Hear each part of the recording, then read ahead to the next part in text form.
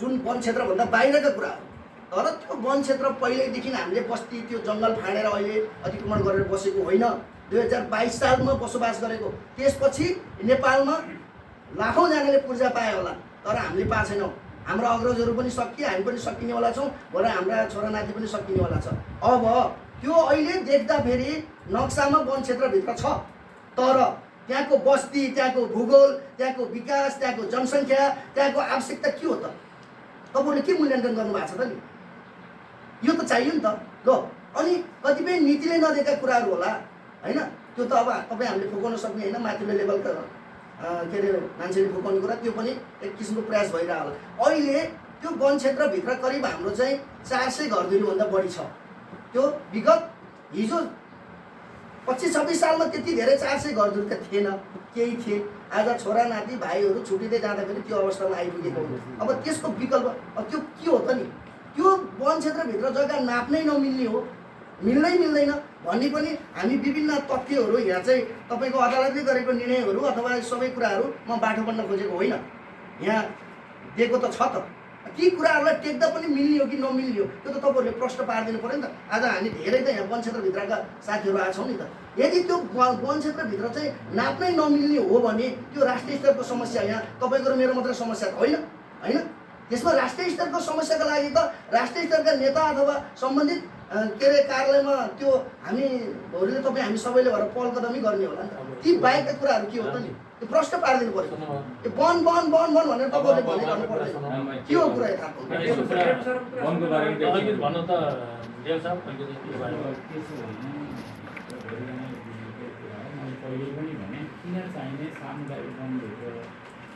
पार्नु भयो, अतिक्रमण क्षेत्र भयो भने त्यही बेला चाहिँ सामुदायिक वनको चाहिँ अतिक्रमण क्षेत्र चाहिँ छुट्याउनु पर्थ्यो कि।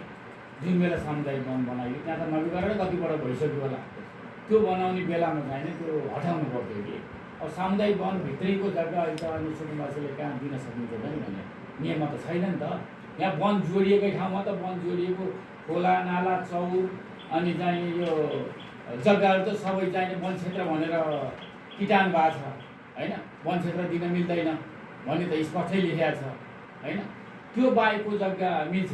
अब अहिले सबै चाहिने अर्को ठाउँ पनि त्यस्तै आएको थियो, वन क्षेत्रसँग जोडिएको जग्गा वन क्षेत्र यो भन्ने छ, त्यहाँ दिउँ कि नदिउँ भनेर हामी आएकै के निर्णय गर्ने भनेर हिजो पनि हाम्रो छलफल भएको थियो।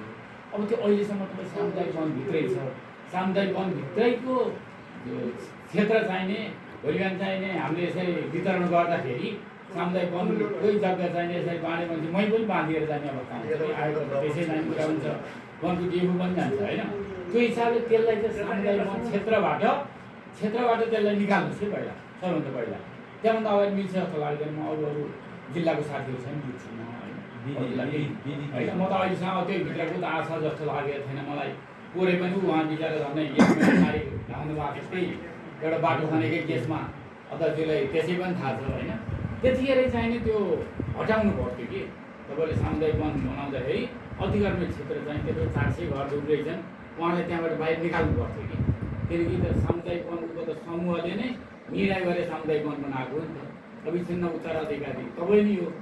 तपाईँले त्यो गरेका काम। अनि तपाईँले जुन देखाइदिनु भयो, जुन हाल्ने भने वनले त्यही हाले। अब वनले जबरजस्ती हाल्नै पर्छ भनेर हाल्दैन हेर्नु त्यहाँ। तपाईँ त्यत्रो आम भेलाले गरे निर्णय, 2/3 गरे निर्णय मान्य हुने हो, त्यही बेला छुट्याउनु पर्थ्यो। म त आएको दिनदेखि नै त्यही भनिरहेको छु। अहिले पनि यस्तो कुरा आएको, अब मलाई लाग्छ यो त्यहाँभन्दा बाहिर कुरा हो कि भन्ने मैले अहिलेसम्म सोचिरहेको थिएँ। अब त्यहाँका 4 र 5 जो जति छ नि त्यसमा चाहिँ अब दुवै नपाउने होइन, त्यो निकाल्नु पर्यो। निकाल्ने प्रक्रिया के हो?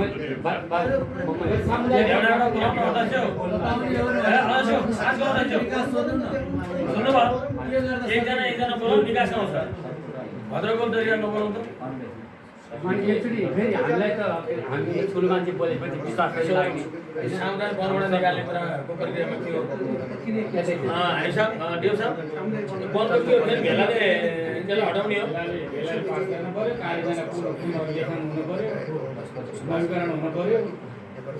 अनि हुन्छ यस्तो प्रक्रिया अझै मै पनि एकपल्ट बुझ्नुपर्छ कि। किनकि यहाँको जम्मै तपाईँ यहाँ 35 सालदेखि बसेर यहाँ माथि यो वीरनगरमा बाटो पनि पिट्छ, बिजुली पनि जम्मै पाएको छन् होइन।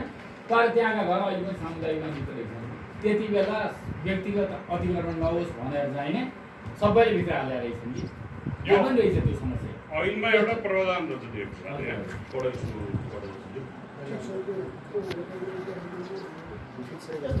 होइन यस्तो के भाइ ठिक ठिकै छ हेरौँ न होइन यो किन कानुन समुदाय भित्र पनि यहाँ त सुन्नु न लेखिएको छ त होइन दफा 52 सुन्नु न हाइपी साहब दफा 52 को गमा अवस्थित बसोबासीलाई व्यवस्थापन गर्ने सम्बन्धमा भनेको छ प्रचलित कानुनमा जुनसुकै कुरा लेखिएको भए तापनि यो दफा प्रारम्भ हुँदाका बखत अहिले नै उहाँले सरकारी जग्गा वा अभिलेखमा वन क्षेत्र जनिएको भए तापनि अवधिमा परिणत भएको जग्गामा कम्तीमा 10 वर्ष अघिदेखि आवाद कुमत गरिआएका अवस्थित बसोबासीलाई एकपटकका लागि नेपाल सरकारले निजहरूले आवाद कुमत गर्दै आएको स्थानमा तोकिएको क्षेत्रफलको हकमा नबढ्ने गरी जग्गा उपलब्ध गराउन सक्ने छन् त यो अस्तिको सर्वोच्च अदालतले निर्णय गरेकै हो त यो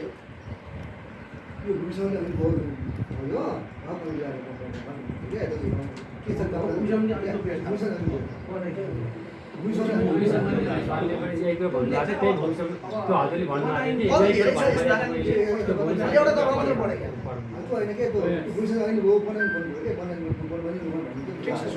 नमस्कार है त 1 वर्षको मैले एउटा सानो बिन्ती के बुझाउन चाहेँ भने ठिक छ वार्ड नम्बर 4 मा सामुदायिक वन क्षेत्रभित्र परेछ त्यो हामी नै मान्छौँ त्यसको लागि के गर्नुपर्छ त्यसको लागि प्रक्रिया हामी जान्छौँ तर वार्ड नम्बर 4 मा सामुदायिक भन्दा बाहिर पनि त बस्ती छ है त्यसको सबुत बनाउन हामीसँग हर्षबहादुर बुढाथोकी आएको अध्यक्ष हुनुहुन्थ्यो कि मन्त्री हुनुहुन्थ्यो उहाँले नापी गर्नु भनेको थियो तोका आदेश पञ्चायत कालमा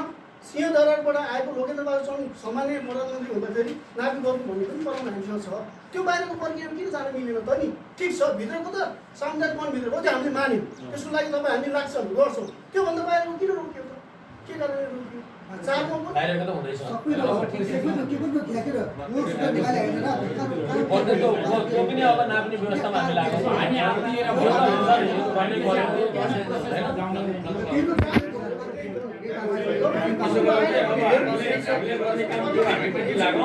यतापट्टि गर्ने काम के हो उहाँले गर्नु पर्यो ए होइन वनबाट पनि छुट्याउनु पर्यो नि उहाँलाई पनि त बिचरा अब बनाएर वनबाट पनि छुट्याउनु कुरा हामी लागौँ वन बाहिरको कुरामा उहाँ अब दिने कुरामा लाग्नु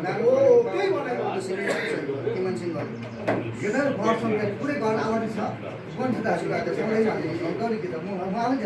सामुदायिक वन बाहिरको त हामी कति लडाइरहेको छौँ होइन भनेको सामुदायिक वनभित्रै हालेको सामुदायिक वनबाट बाहिर निकाल्नु पहिला यस्तो गर्नु पर्यो डेभ सर सामुदायिक वनभित्र परेको जग्गा नाप्न सकिँदैन भने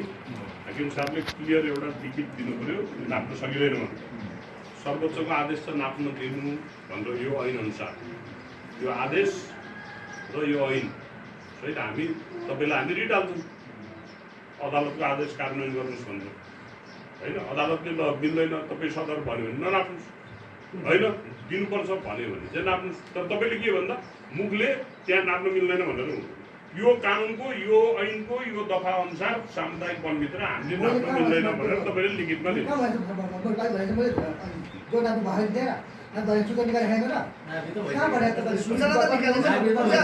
मुख्य काम भएन नि त अहिले डेभ साहबले भनेको कुरा त्यही होइन त्यहाँभित्र नाप्न मिल्दैन भने होइन अहिले तपाईँले भन्नुभयो होइन अघि त्यसमा डेभ साहबले लेखित दिनु पर्यो अझ सामुदायिक वनभित्र नाप्न मिल्दैन भनेर सामुदायिक वन बाहिर निकालौँ कि पहिला हामी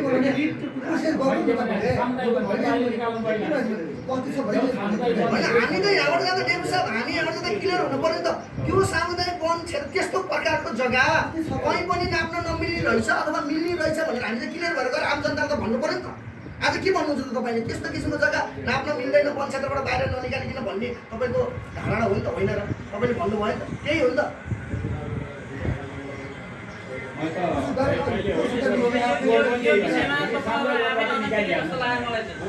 विषयमा तपाईँ आफै अन्याउनु पर्नु भएको जस्तो लाग्यो कि कमसेकम त्यो पहिला भन्नुपर्छ तपाईँ फिता लिएर गएर नापेर भ्याएर टुङ्ग्याएर अब यो लास्टको पूर्णवाणी पिरियडमा यो खोजीखापी काम भयो नि त वनको पनि वनभित्रको र बाहिरको कुरा जुन आयो नि त्यो अन्तिममा आएर खोजीखापी यो विषय वनबाट बाहिर निकालेर आउनुहोस् भने मलाई त गरेर राख्नु भन्न सक्नु पर्थ्यो नि त त्यो प्रक्रियामा हामी जान्थ्यौँ होला नि त कि भाइ तपाईँ पनि मेरो सिटमा बसेर भए तपाईँ भन्ने पनि त्यही हो कि सामुदायिक वनबाट बाहिर भइदिएको भए वन क्षेत्रबाट बाहिर भइदिएको भए मैले यहाँ एउटा दुईवटा जग्गा हेरेँ यो त मजाले हुन्छ भने होइन हाम्रै साथीले अर्कोलाई प्रतिवेदन दियो भन्दा तर यो त सामुदायिक वनसँग जोडिएको राष्ट्रिय वनै हुन्छ भनेर परिभाषा गर्दैन होइन हामीलाई त गाह्रो छ कि जागिर हामी त 37 वर्ष जागिर भयो भाइ 1-2 वर्ष जागिर छ अनि जागिर चाहिँ लास्टमा चाहिँ निस्कनेलाई पेन्सन खानेलाई बाँधेर जाने कुरा त भएन नि त भाइ त्यो त भयो होइन त्यो हिसाबले हामी सबै बुझेर गर्थ्यौँ जनताले गरिब जनताले जग्गा पाउनुपर्छ म पनि सुरु चिन्ता भयो त होइन म त आउँदा 3 दिनमै आउँछु किन सामुदायिक अब त्यसलाई बरु बाहिर निकालौँ के गर्दा चाहिने तपाईँले लालबुर्जा पाउन सक्नुहुन्छ त्यो त दिन लाग्दैन के गर्दा सबैलाई गाह्रो कामलाई सल्ट्याउँ होइन सबैलाई गाह्रो कामलाई सल्ट्याउँ त्यो केले अघि हाम्रो दादा अर्चना सल्ट्याउँ र त्यो समुदायभित्र परेको भनेको के हो भने त्यो बस्ती जन्मिसकेपछि पछि जन्मेको समुदाय हो है पहिला बस्ती बसिसकेपछि जन्मेको समुदाय हो अब बस्तीले जन्माएको समुदाय त्यही कारणले गर्दा त्यो समुदायभित्र कुनले हाल्यो त्यो व्यक्तिलाई उभ्याउँ के कारणले हाल्यो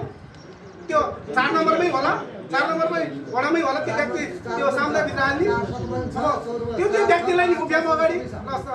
अरे समुदाय वनको प्रक्रिया के छ त्यो प्रक्रिया जाउँ पहिला के गाह्रो छ बाधा अर्चनाहरू के छ त्यसलाई फुकाउँदै जाउँ अनि त्यहाँबाट सहज गर्दै जाउँ भन्ने कुरा हो किनकि भोलि गएर तपाईँको एउटा 4 नम्बर वडामा वल्लो घरकोले जग्गा लालबुर्जा पाउने वल्लो घरकोले लालबुर्जा नपाउँदा के हुन्छ त्यहाँ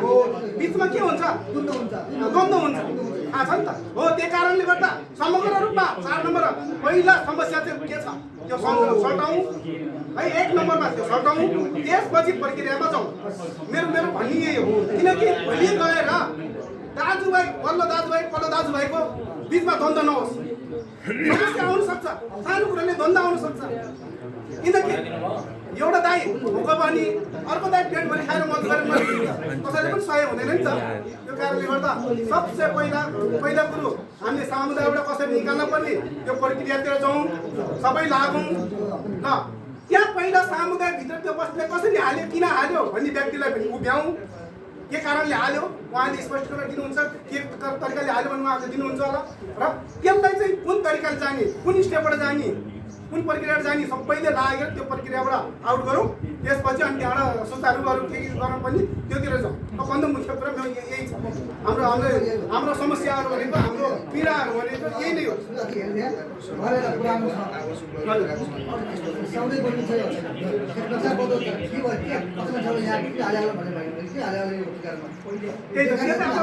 त्यो सामुदायिकभित्र अहिले मान्छेले उहाँलाई पनि उभ्याएर सोधेपछि थाहा होला नि त किन हाले के कारण फाइदाको लागि फाइदाको लागि हाले कि मान्छे त्यो पनि धेरै हुन्छ त्यो वन क्षेत्रभित्र पऱ्यो भने जुन सामुदायिक वन त जति वन क्षेत्र उगाडेको छ त्यति मात्रै बनाइदिए हुन्थ्यो कि अतिगर्मी क्षेत्र भनेर छुट्टै राखेर त्यहाँबाट निकालिदिएको मजाले यति वर्षदेखि बसेको भनेर गर्न मिल्थ्यो अब त्योबाट ननिकालेसम्म त उपाय हुन्छ जस्तो लाग्दैन मैले अब ममता सिनियर दाजुहरू होइन सरल जो हुनुहुन्छ उहाँसँग एकपल्ट म बुझ्छु यस्तो यस्तो कन्डिसन गऱ्यो अरू जिल्ला यस्तो भएको छैन के गर्न सकिन्छ भन्ने अब आजसम्म त पुरै आएको थिएँ त्यो भित्रको जग्गा दर्ता हुँदैछ भन्ने कुरा त आज मात्रै थाहा पाएँ कि 4 नम्बर भनेको खालि चाहिने त्यो सुन्दरी के अरे एउटा सुन्दरी अर्को अमर ज्योति र अमर है त्यही वन मात्रै हो त्यही भित्र परे त्यो मात्रै हो जस्तो लाग्दैन 4 त अरू पनि होला अरू ठाउँको जग्गा दर्ता गर्न लागि हो कि भन्ने मात्रै मलाई थाहा थियो अनि बल्ल थाहा भयो कि त्यो डाँडो पनि यो कति झन्डै 400 घर भन्नु होइन झन्डै 400 अस्ति भर्खर थाहा छ वडा अध्यक्ष त्यही जानुभएको छ मुद्दा चाहिँ सामुदायिक वनभित्र बाटो खने भनेर बिच भयो भनेर मुद्दै गयो हो कि अस्ति भन्नु त पूर्वाधारको रकमै रोकिएर अहिले पछि त भयो क्या हतियारबाट समेत मान्छे आएर होइन त्यो अहिले काम सुचारू भयो क्या किनकि परम्परादेखि दिनुपर्छ भन्ने होला म त कोरेदेखि बोलिरहेको छु नि दिनुपर्छ भन्ने तर कोरै पनि चाहिँ तपाईँ साधारण सभा हुँदा यो वनबाट निकाल्नु चाहिँ भनेको अब निकाल्नु आइन्छ भन्ने कुरा अहिले बुझिएको नगरपालिकामै हुँदैन होला एकछिन 17 मा त जङ्गल छ, 16 मा जङ्गल छ, 4 मा जङ्गल छ, पहिला भित्रमा 5 मा गरेको जङ्गल छ, सबैमा जङ्गलमा भएको छ। सामुदायिक वनभित्र नक्साभित्र पर्ने रहेछ भने अर्को ठाउँको म बुझ्छु एकपल्ट किनकि यो कुरा आएको थिएन। बाहिर छ त्यही माथि पटाडी सामुदायिक एकछिन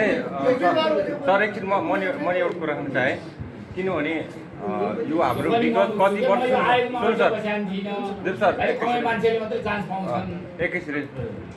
मैले नबुझेको कुरा मैले अब राख्न चाहेको कुरा के हो भने हामी विगत 50औं वर्षदेखिको हामी यहाँको सुकुम्बासी हो होइन। हामीलाई त्यहाँको सुकुम्बासी सबै कुरामा काम लाग्ने होइन, हरेक कुरामा काम लाग्ने। तर यो जग्गा पूर्जा तिमीलाई हामीलाई चाहिँ नेपालको नागरिकै होइन विदेशी नागरिक हो जस्तो इन्डियन नागरिक जस्तो बनाएर हामीलाई पूर्जा दिनेमा यतिको यो नियम कानुन विधानसभा